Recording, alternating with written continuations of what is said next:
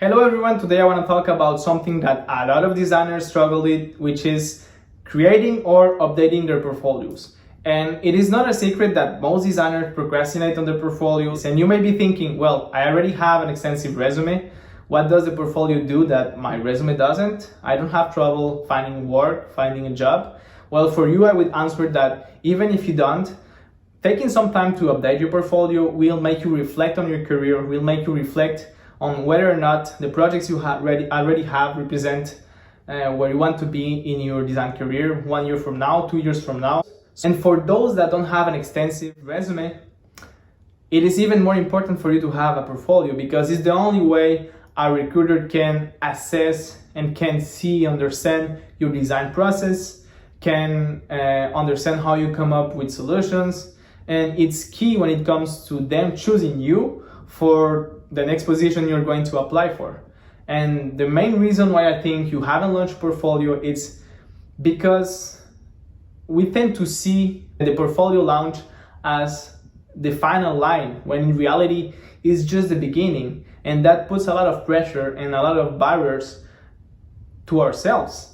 I know about it because I fell into that trap. I just updated my portfolio, link in the description, and I was struggling with it. That's why I have 4 reasons why I think you haven't published your portfolio that I want to share with you. The reason number 1 is that you want it to be perfect. You want it to be a great portfolio, and that's good, but sometimes we aim too high. Sometimes we set ourselves unrealistic expectations, which come up from the fact that we think that once we have launched a portfolio, we can't come back. And that's not true. We can always come back and make it better. We can always come back and iterate on it. Or maybe you have been comparing yourself to others. You stumble on a design blog about the top 10 design portfolios, and you start comparing your experience and your projects with the projects and experience of those designers, which for the most part have way more experience and way cooler projects than yours.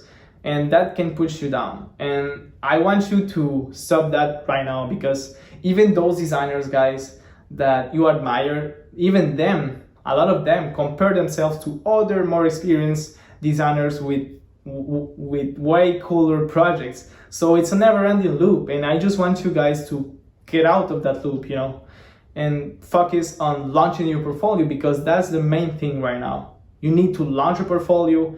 And even if it's not perfect, you can always come back and iterate on it. But launch the portfolio, get feedback, do it now, guys.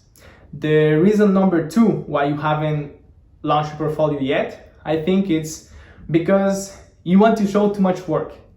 And that takes a lot of time. Your portfolio is not an archive of all the projects you have been working on for the last, 5 years. Your portfolio should be showcasing 4 to 6 projects max. No more than that, no less than that. You only want to show the projects that you are the most proud of, the projects that represent the type of work you want to be investing your time on. And for those that don't have a lot of projects, remember that you can always design or redesign a website, a nonprofit website, a local business website. You can always come up with passion projects. You can always redesign, a product you're already using, an app. You can always revamp a logo you like. There is always a way. As long as you're showcasing your design process, as long as you're documenting the way you come up with solutions, you can always put that in your portfolio. And the reason number 3 why you haven't launched a portfolio is that you can decide on the platform. You can decide on the content management system, the CMS. That's a trap I personally felt on. When I was updating my portfolio, I was having trouble deciding between Webflow and WordPress. I ended up choosing Webflow because I just liked it, but I did something that was pretty stupid looking back, because I decided to create my own template, which took me twice the time. I also choose Webflow, which has quite an important learning curve. And yeah, it took me just way too much time than it should have. What I want you to do, guys, what I've learned is that the CMS doesn't matter.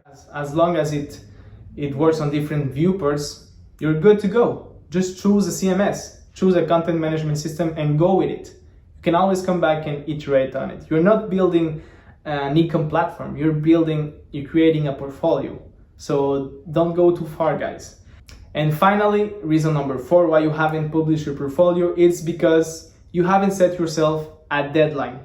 You know, it can sound intimidating when you hear deadline, but it has been proved that having a deadline can improve your productivity and can improve your creativity. So set yourself a deadline and get ready, because when that deadline date you set for yourself is approaching, you have to be ready to deploy, you have to be ready to launch the website no matter what. Even if you have a page left, even if you have a project left, even if you have elements that are not optimal, just launch it.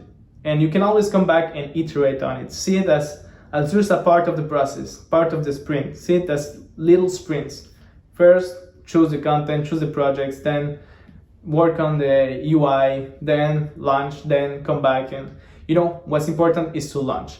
And finally, I just want you to remember that being a designer, guys, it's a never-ending process.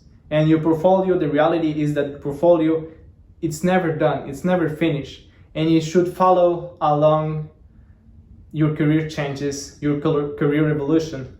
So that's it for me, guys. Hopefully you liked this video. If you did, give it a thumbs up, consider subscribing as well, and see you in the next video. Bye.